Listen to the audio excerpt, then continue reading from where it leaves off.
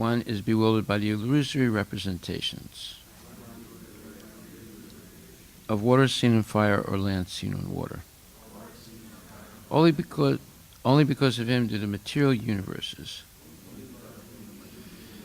temporarily manifested by the reactions of the three modes of nature, appear factual, although they are unreal. I therefore meditate upon him, Lord Sri Krishna, who is eternally existent in the transcendental abode, which is forever free from the illusory representations of the material world. I meditate upon him, for he is the absolute truth. Dharma pujita kaitro vocha paramo nirmatsranam satam vedyam vastavamatra vastu shivadam tapa trayon mulanam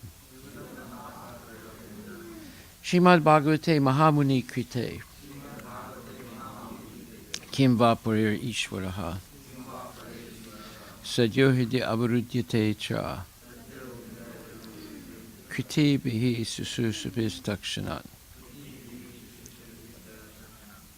Completely rejecting all religious activities which are materially motivated.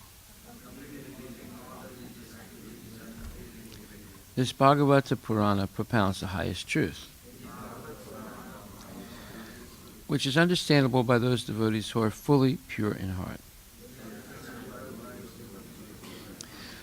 The highest truth is reality distinguished from the illusion for the welfare of all. Such truth uproots the threefold miseries. This beautiful Bhagavatam, compiled by the great sage Vyasadeva in his maturity,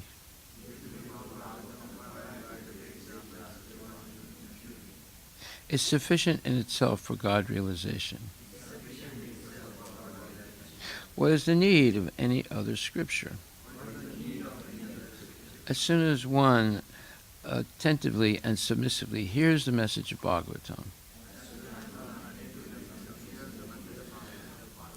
by this culture of knowledge, the Supreme Lord is established within his heart. Vigama kalpatarur galitam phalam sukhamukad amrita dravya samyutam pibata bhagavatam rasam alayam mahur aho rasika bhuvi bhavakaha. O expert and thoughtful men, relish Srimad Bhagavatam, the mature fruit of the desire tree of Vedic literatures. It emanated from the lips of C. Sukadeva Goswami. Therefore, this fruit has become even more tasteful, although its nectarian juice was already relishable for all, including liberated souls. Srimad Bhagavatam, Canto 1, Chapter 9, and verse number 27. And we're continuing the purport. It's a very long purport. Translation. He then explained by divisions, acts of charity, the pragmatic activities of a king, and activities for salvation. Then he described the duties of women and devotees both briefly and extensively. So we're continuing the purport. The taxation law was simple. There was no force, no encroachment. The king had a right to take 1/4 of the production made by the subject. The king had a right to claim 1/4 of one's allotted wealth. One would never grudge parting with it because due to the pious king and religious harmony, there was enough natural wealth, namely grains, fruits, flowers, silk, cotton, milk, jewels, minerals, etc.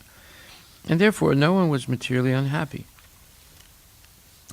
The citizens were rich in agriculture and animal husbandry. That means caring for animals.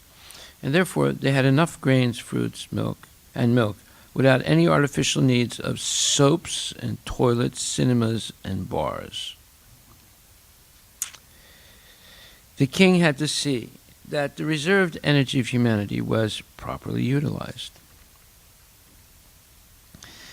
Human energy is meant not exactly for fulfilling animal propensities, but for self-realization. The whole government was specifically designed to fulfill this particular purpose. As such, the king had to select properly the cabinet ministers, but not on the strength of voting background. The ministers, the military commanders, and even the ordinary soldiers were all selected by personal qualification, and the king had to supervise them properly before they were appointed to their respective posts. The king was especially vigilant to see that the tapasvis, or persons who sacrificed everything for disseminating spiritual knowledge, were never disregarded.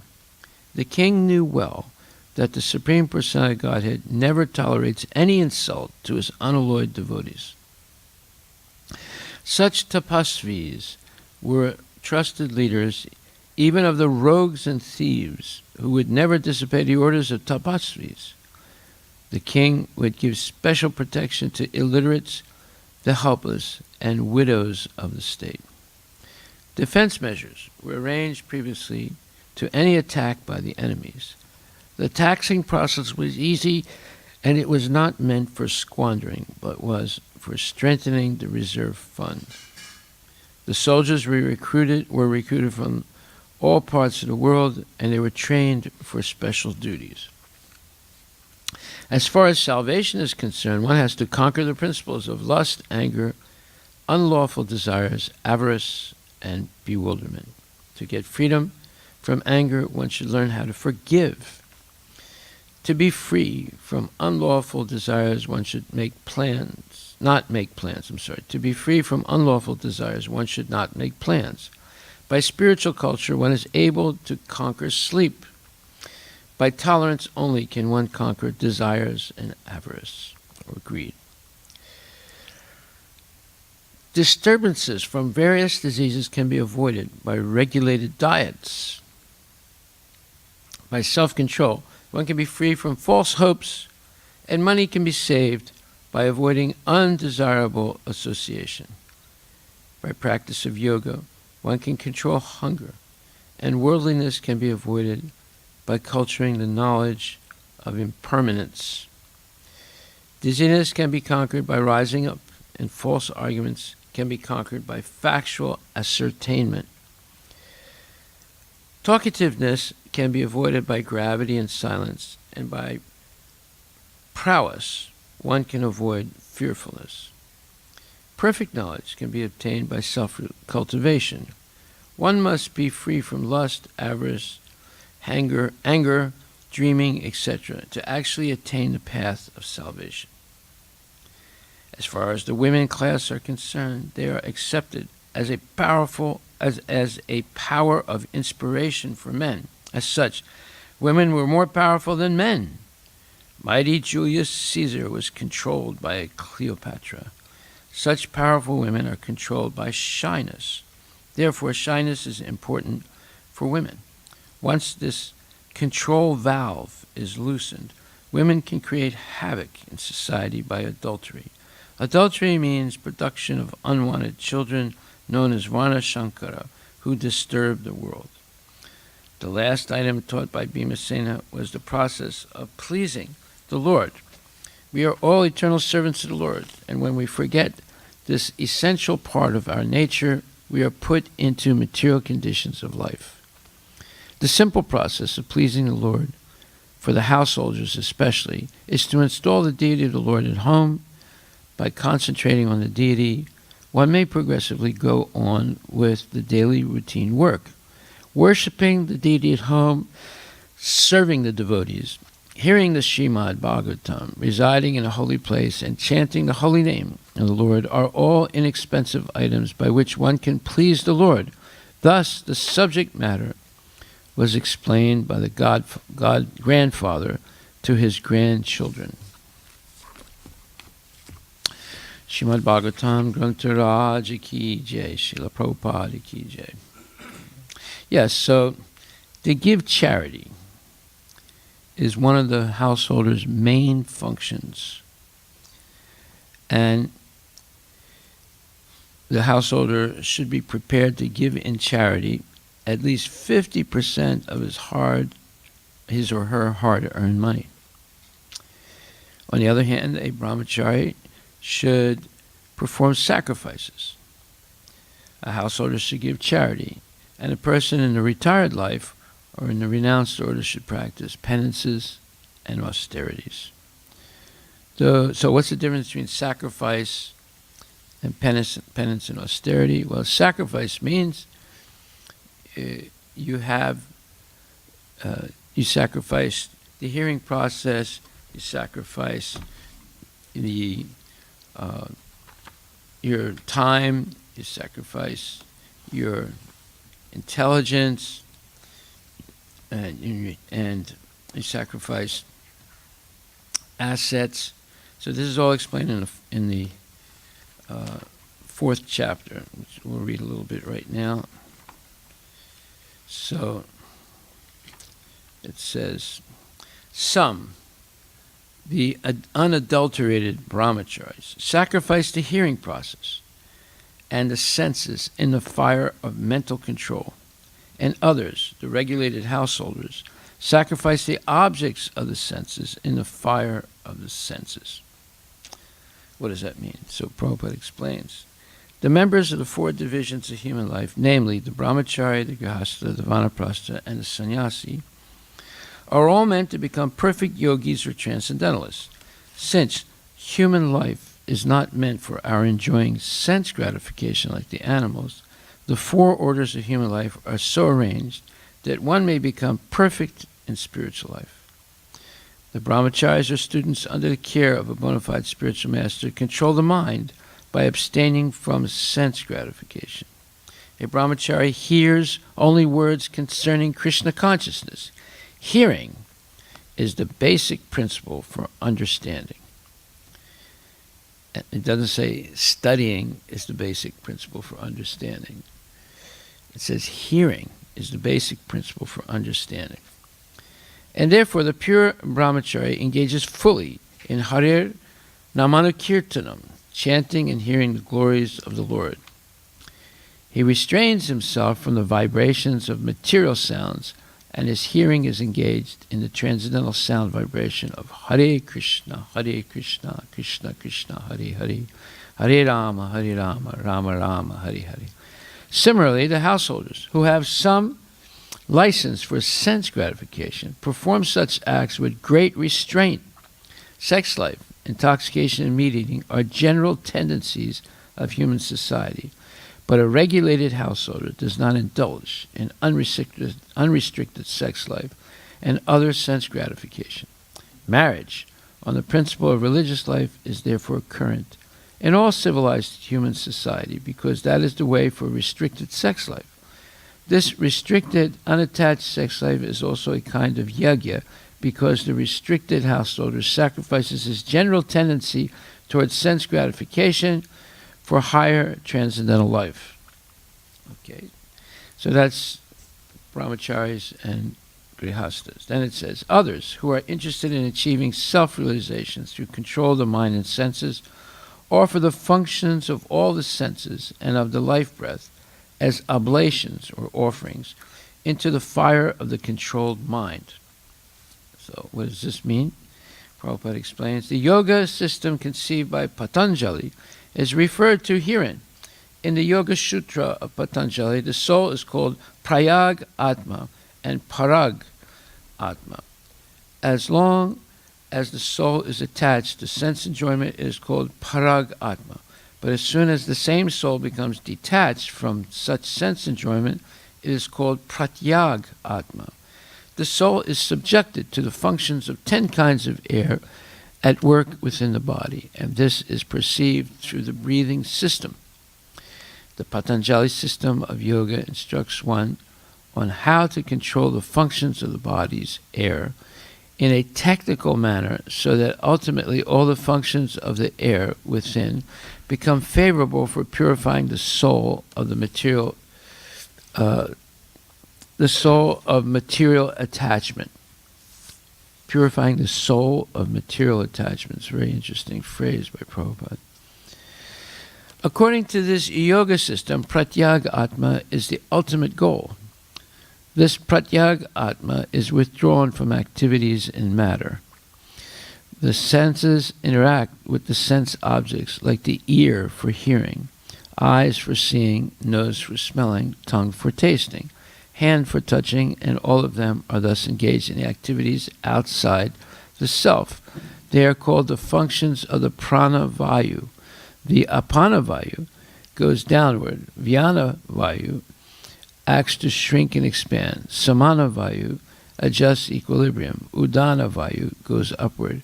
And when one is enlightened, one engages all these in searching for self-realization. So here he's talking about the Patanjali system of yoga. Prabhupada also explains Patanjali's system of yoga, which is all about controlling the senses and the mind, in the 6th chapter, where he says, by practice of yoga, one becomes gradually detached from material concepts. This is the primary characteristic of yoga principle. And after this, one becomes situated in trance or samadhi, which means that the yogi realizes the supersoul through transcendental mind and intelligence without any of the misgivings of identifying the self with the superself, or Paramatma. Yoga practice is more or less based on the principles of the Patanjali system. Some unauthorized commentators try to identify the individual soul with the supersoul, and the monists think this is to be, monists think this to be liberation, but they do not understand the real purpose of the Patanjali system of yoga. So have you ever heard this phrase, Atma becomes Paramatma? Have you ever heard that? Never heard that? Anybody ever hear that? You did? Where did you hear it?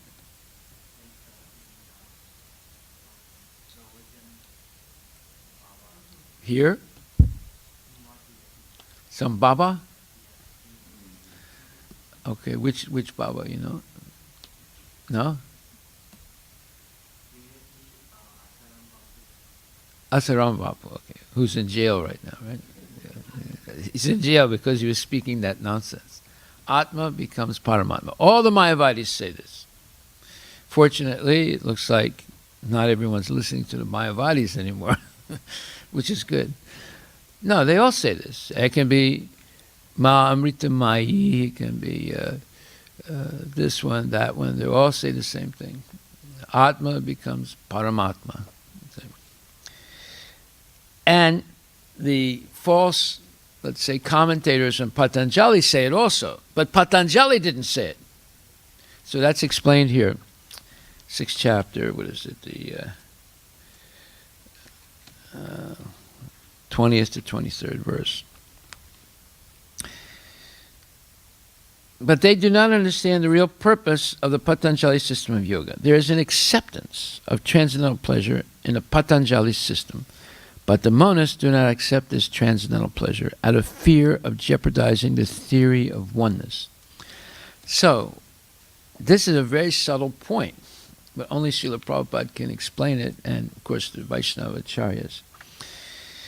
The monists, or the Maya, well, there's two types of monists. There's the bona fide impersonalists, and then there's the nonsense Mayavadis. So this is talking about the nonsense Mayavadis, right? They say, or they purport that there's no such thing as individual pleasure when you become realized, because you merge into the Brahman effulgence, or in a sense, there's two types of merging. One is merging into the Brahman effulgence, and the other is merging into Paramatma. See, the two levels of merging. As they say in some yoga salons, they say it's urging and merging, right? But anyway, that's another nonsense phrase. So, the Patanjali yogis are trying to merge into Paramatma, and the false Patanjali yogis.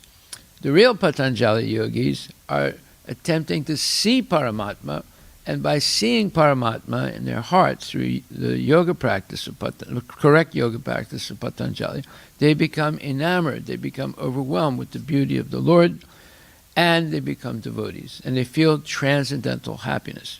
The false followers of Patanjali say that the ultimate goal is merging into Paramatma and becoming Paramatma, or Atma becomes Paramatma.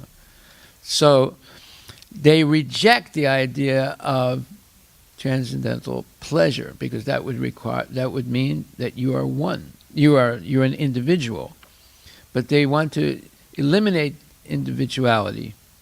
So what happens?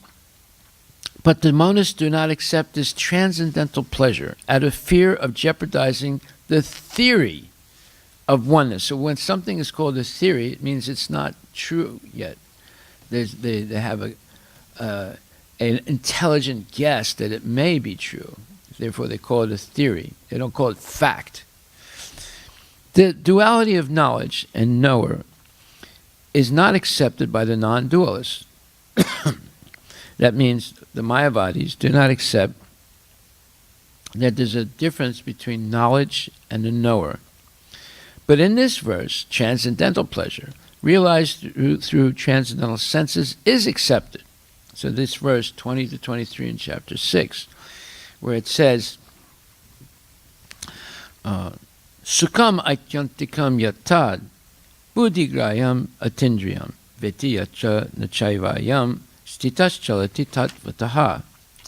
So, therefore, and this is corroborated by Patanjali Muni. So what Krishna is saying in this verse 6:21 is also confirmed by Patanjali in the Yoga Sutras. And this is corroborated by Patanjali Muni, the famous exponent of the yoga system. The great sage declares in his Yoga Sutra 3.34, you see how precise Prabhupada is. Purusartha sunyanam gunanam prati prasava kaivalyam swarupa pratistava chitti shaktir iti. So this word chitti shakti. This chitti shakti, or internal potency, is transcendental. Purusartha means material religiosity, economic development, sense gratification, and at the end, the attempt to become one with the Supreme. This oneness with the Supreme is called kaivalyam by the monists, but according to Patanjali, this kaivalyam is an internal or transcendental potency by which the living entity becomes aware of his constitutional position. This is the difference between correct Patanjali Yoga and the false representation of Patanjali Yoga. One becomes aware of his constitutional position. What is our constitutional position? Who knows? What does it mean by constitutional position? What? Servant, the eternal servant of the Lord. Yeah? As Lord Chaitanya said, Jiva Swarupahaya Nityera Krishna Das. Right? The eternal position, or Swarupa, constitutional position of living entity, is Nityadas, Krishna Nityadas, not Maya Nityadas, but Krishna Nityadas. He names Krishna, right? This oneness with the Supreme is called Kaivalyam by the monists, but according to Patanjali, this Kaivalyam is an internal or transcendental potency by which the living entity becomes aware of his constitutional position. In the words of Lord Chaitanya, this state of affairs is called Cheto Darpana Marjanam, or clearance of the impure mirror of the mind. This clearance is actually liberation, or Bhava Mahadavagni Nirvapanam. The theory of nirvana, also preliminary, corresponds with this principle. See, now he's talking about Buddhism. the theory of nirvana. Again, it's theory, the Buddhist theory of nirvana. He's correcting the Buddhist theory of nirvana. The theory of nirvana, also preliminary, corresponds with this principle. In the Bhagavatam 2.10.6, this is called Swarupena Vyavastiti. So he corrects the false interpretation of Patanjali Yoga, gives the correct understanding of Patanjali Yoga, connects that to the Chaitanya Siksastakam and Buddhist theory of nirvana, and then closes the loop with the Srimad Bhagvatam 2.10.6. This is called Swarupena Vyavastiti. The Bhagavad Gita also confirms this situation in this verse and finishes off with the final coup de grace, as they say in French. Coup de grace means the final blow that killed the enemy, right? And it's called merciful killing. You know, the enemy is wounded and bleeding and suffering, and someone comes and sticks a sword right into their neck and finishes them off, right? So they don't have to suffer anymore. So this final thing is the Bhagavad Gita also confirms this situation in this verse. So you see how perfect Prabhupada is, completely, let's say, thorough and shastric all the time. He doesn't say, I think, or maybe, or perhaps it's like this. He closed the loop completely with Shastra. Okay, so this sacrifice by the brahmachari and charity by the householder and giving up, for both, it's giving up attachment to sense gratification and purification of the mind of material desires and replacing them with desires to please Krishna. Okay, we'll stop there. There's a lot more to say, but we will continue tomorrow in the same purport. All glories to Srila Prabhupada Ki Jai. Are there any questions?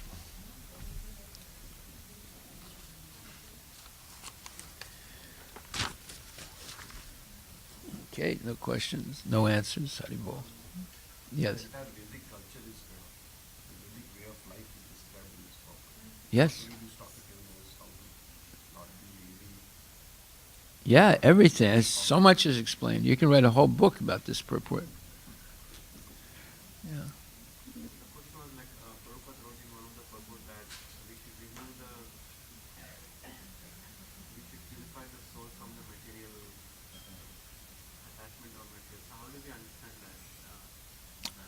Well, it's not difficult. You should learn how to use everything material in the service of Krishna.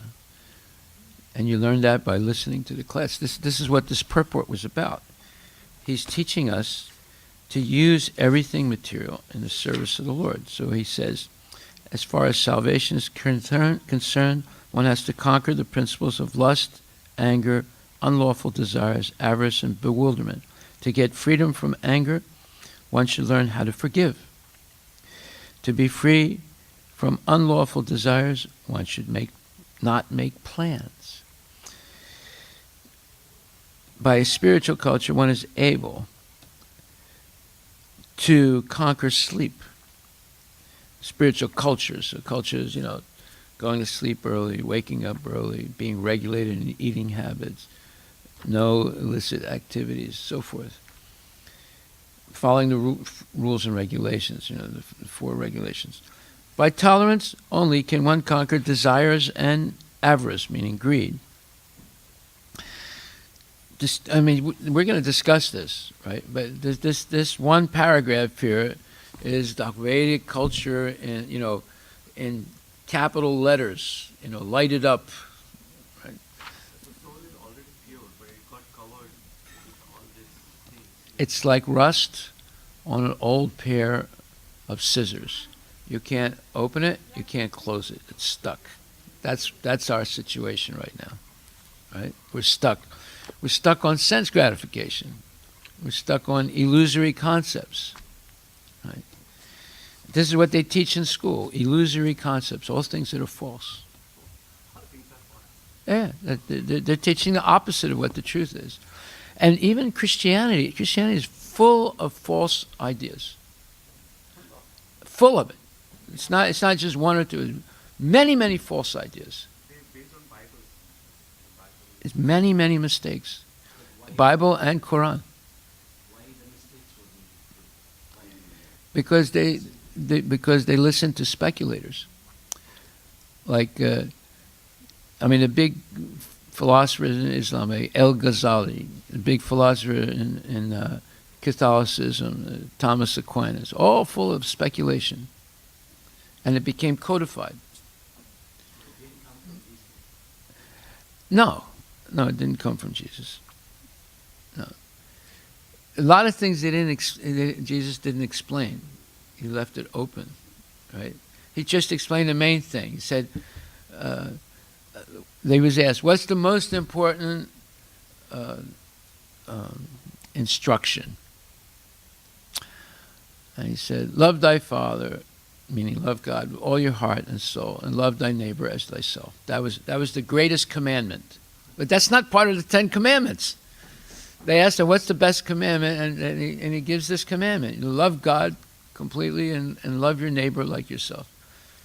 So, yeah, that has the kernel of truth in it, of absolute truth. But yet, how do you attain such a position? It's not clear in Christianity. So, they accept meat eating. They don't accept that the soul is fully eternal before birth in the body and after death in the body. They accept that it may die. They say there's only one life. There's not reincarnation or anything like that. And they right down the line, there are many mistakes. And Islam also, many mistakes. So, and then imagine in public school, where they reject Christianity, they reject Islam, right? Imagine how many mistakes are in the public school. If there's hundreds in these religions, there are millions in the public school of misconception, and they're feeding the kids this all the time. So you have to think about it.